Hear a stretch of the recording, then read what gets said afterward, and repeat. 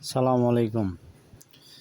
সুপ্রিয় দর্শক, সবাই কেমন আছো? আমি আপনাদের জন্য নতুন আরেকটা ব্লগ ভিডিও নিয়ে আসলাম। জানি না ভিডিওটা কেমন হবে, কিন্তু আজকে আপনাদের ঘুরে ঘুরে পুরো গ্রাম দেখানোর চেষ্টা করব। দেখেন, আমরা যে গ্রামে বসবাস করি সেই গ্রামের পথঘাট, নালা, সব কিছুই, যে গ্রামীণ যে জীবনযাত্রা যেভাবে আমরা বসবাস করি সব কিছুই আপনাদের দেখানোর চেষ্টা করব। দেখতে থাকেন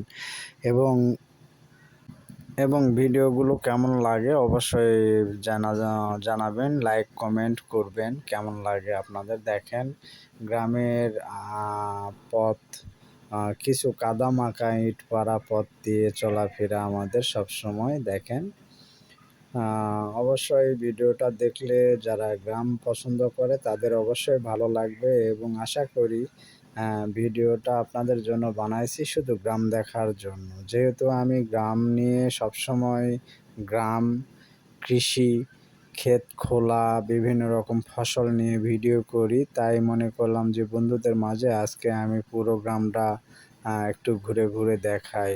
আমাদের বাহ্যিক গ্রামের চলাফেরার যে জীবনযাত্রা সেটাই দেখানোর চেষ্টা করতেছি। জানি না কেমন লাগবে আপনাদের মধ্যে, তবে আশা করি ভিডিওটা আপনাদের মধ্যে ভালো লাগবে এবং দেখবেন আপনারা মনোযোগ দিয়ে। ভিডিওতে আমি প্রতিটি গ্রাম, মানে গ্রামের যে প্রতিটি অংশ সেই সব তুলে ধরার চেষ্টা করতেছি। দেখেন, বিভিন্ন জায়গায় অনেকটা মাটির ঘর আছে, অনেকের ইটের ঘর, কাদামাখা পাকা পথ, এই সবই দেখানোর চেষ্টা করতেছি আপনাদের।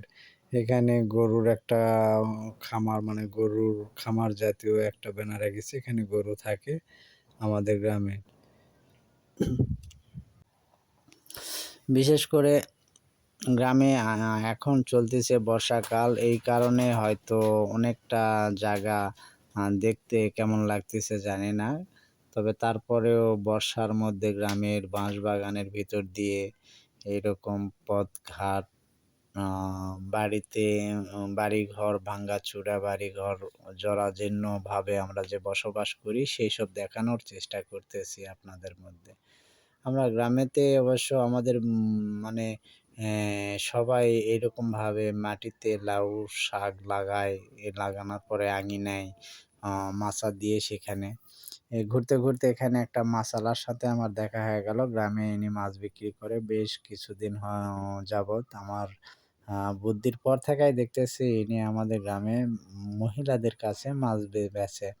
দেখেন, সুন্দর একটা মাছ ওজন করে নিচ্ছে, হয়তো সে বেচে দিছে এই কারণে ওজন করে দিচ্ছে। এরকম বিভিন্ন রকম মাছ, ট্যাংরা, সিলভার, পুঁটি, চান্দা, মানে এইসব ছোট মাছ, বড় মাছ, সব রকম মাছই মানে নিয়ে আসে গ্রামের মধ্যে ইনি।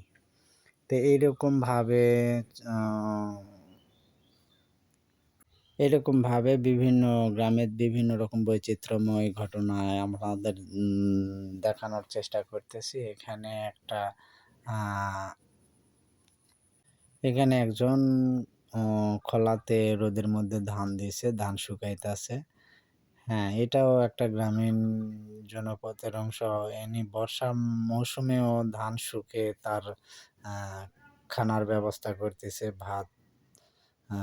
ভাতের জন্য যে ধানগুলো আমরা সিদ্ধ শুকাই এইরকম আর কি করতেছে।